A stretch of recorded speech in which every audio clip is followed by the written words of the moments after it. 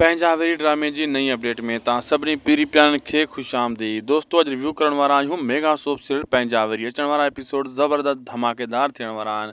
दोस्तों हाणे चाकर खान खे कंट्रोल करण जे लाइ हसीना बेगम ऐं उनजो भाउ रुंडो यानी कि टुंडो इहे जेको आहे गॾिजी करे का नई रीत रखंदा ऐं चाकर खान ऐं सांवल खे विढ़ाइण जे लाइ नई शैतानी चाल खेॾंदा। हाणे इहा चाल जेको आहे रुंडो पुछंदो हसीना खां, हसीना तरीक़ो ॿुधाईंदी जंहिं ते रुंडो अमल कंदो ऐं रुंडे खे मिल्कियत खपे छो मिल्कियत जे करे रुंडो कुझु बि करे सघे थो। ऐं अहिड़े हिसाब सां जेको आहे होॾां गॾिजी करे जाबर सां ऐं हेॾां चाकर खान खे सांवल पुराणियूं ॻाल्हियूं फेरे फेरे ॿुधाईंदो रहंदो, लेकिन चाकर खान एतिरो जल्दी इतबार करण वारनि मां नाहे। अञा चवंदो ॿिया राज़ खोल, ऐं सांवल चवंदो तव्हां मुंहिंजूं ॻाल्हियूं ते इतबार ई नथा कयो त राज़ कीअं खोलियां। हू चवंदो तूं राज़ खोल, इतबार करणु उन्हनि मूं सच कढणु मुंहिंजो कमु आहे, तूं मूंखे पंहिंजी कहाणी ॿुधाए।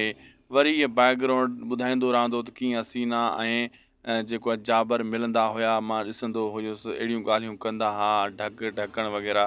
दोस्तों वीडियो पुॻो पंहिंजी पुॼाणी ते असांखे ॾींदा इजाज़त। उदासी टीवी यूट्यूब चैनल खे ज़रूरु सब्सक्राइब, लाइक, शेयर करे छॾींदा।